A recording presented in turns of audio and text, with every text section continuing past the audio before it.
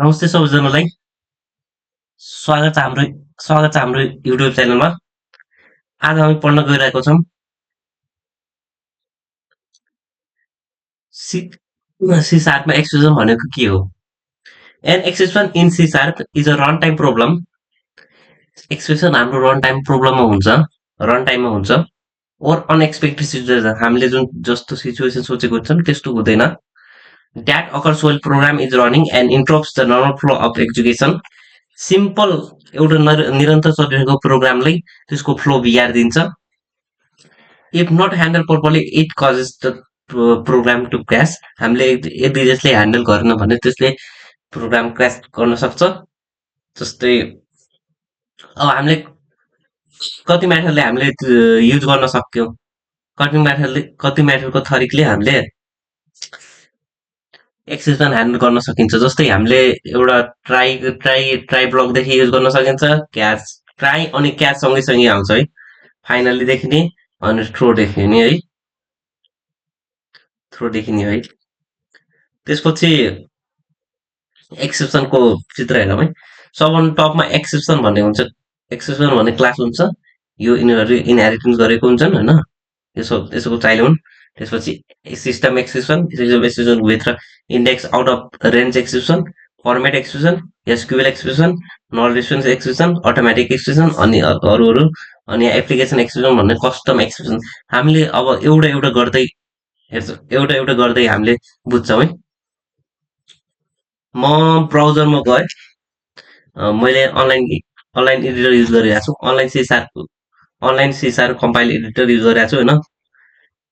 म के गर्छु भनेपछि दुईवटा युजरबाट नम्बर लिन्छु है, दुईवटा युजरबाट नम्बर लिन्छु। एउटा त मैले ल्याइसकेको छु पहिल्यै enter the second number and second नम हामीले एक्सप्रेसन गरिरहेछौँ। म तपाईँहरूले के सिम्पल एउटा प्रोग्राम गरेर देखाउँछु। त्यसपछि कन्सोल डट रिड लाइन, यसले के गर्छ भनेपछि कन्सोल डट रिड लाइनले के भन्छ, हाम्रो युजरदेखि इनपुट लिने काम गर्छ। अब ल्याइरहेको छ किन एकचोटि चेक गरौँ है। 1 त्यसपछि 2 ल ल्याइरहेको छ। यो तपाईँको स्टार्ट स्मल एन्ड यो तपाईँको छ अलरेडी होइन। त्यसपछि अब म के गर्छु भनेपछि अब म यसलाई एउटा रिजल्ट भन्ने भ्यारिएबलमा राख्छु। अब के गर्छु, फर्स्ट नम छ नि हाम्रो पहिलो नम्बर, त्यसलाई डिभाइड बाई सेकेन्ड नम गर्छु है, सेकेन्ड नम गर्छु है। अब हेरौँ। त्यसपछि मैले एउटा कन्सोल डट राइट लाइन, यो चाहिँ प्रिन्ट गराउने काम गर्छ। के गर्छु भनेपछि रिजल्ट इज गरेर ठ्याक्क रिजल्ट, ठिक छ। यहाँसम्म त बुझ्नुपर्छ, केही पनि कन्फ्युजन हुन्न, केही पनि कन्फ्युजन भएको छैन किनभने एकदम बेसिक कोड हो। मैले अझै एकपल्ट दिन्छु है। 2 डिभाइडेड 2 1 एकदम सही। त्यसपछि फेरि 4 डिभाइड बाई 2 2, सरी यहाँ देखेन है, कहिले काहीँ हुन्छ यस्तो है।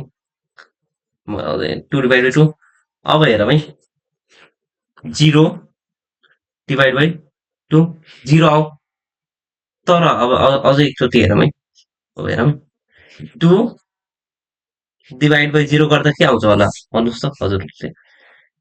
0 divide by 2 sorry 2 divide by 0 गर्दाखेरि तपाईँको इन्फिनिटी आउँछ, जुन कि हाम्रो सी शार्पमा हुँदैन अथवा अरू प्रोग्रामिङ ल्याङ्ग्वेजको पनि हुँदैन।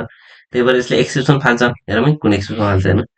सिस्टम डट डिभाइड बाई 0 भन्ने एक्सेप्सन फालिरहेको छ होइन। अब हामीले यसले कसरी ह्यान्डल गरिन्छ भनेपछि मैले भन्ने ट्राई अनि क्याच ब्लक सँगै आउँछ। मैले ट्राई राख्छु।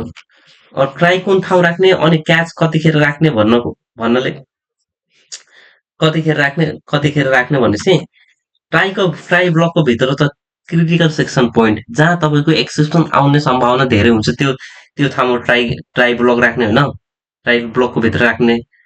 अनि त्यसपछि क्याचमा फेरि हामीले एक्सेप्सन के आइरहेछ त्यो दिने है। एक्सेप्सन के आइरहेछ हाम्रो यहाँ हेर्नुहोस् है, डिभाइड बाई 0 एक्सेप्सन भन्ने छ।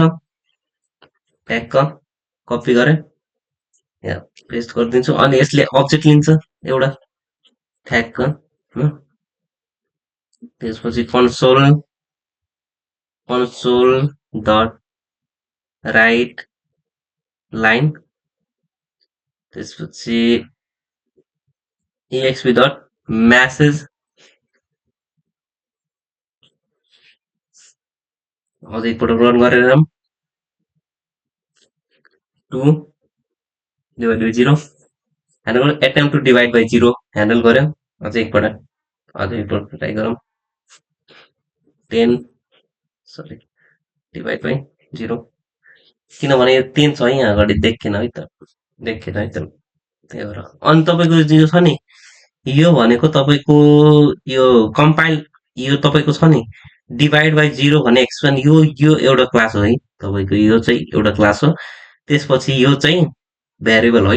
यो रन टाइममा तपाईँको, रन टाइममा कस्तो हुन्छ भनेपछि यस्तो भइदिन्छ क्या।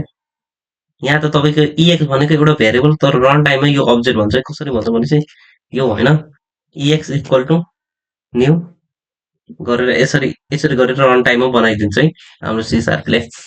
यसरी गरेर रन टाइममा बनाइदिन्छ। त्यतिखेर यो EX के हुन्छ, अब्जेक्ट भन्छ है। ल धन्यवाद। यदि तपाईँले यो भिडियो युजफुल लागेको छ भने लाइक कमेन्ट सब्सक्राइब गरिदिनु होला। अर्कै भिडियोमा हामीले अर्कै एक्सटेन्सनको बारेमा पढ्छौँ। यो भिडियोमा हामीले पढिसक्यौँ डिभाइड बाई 0 एक्सटेन्सन भनेर।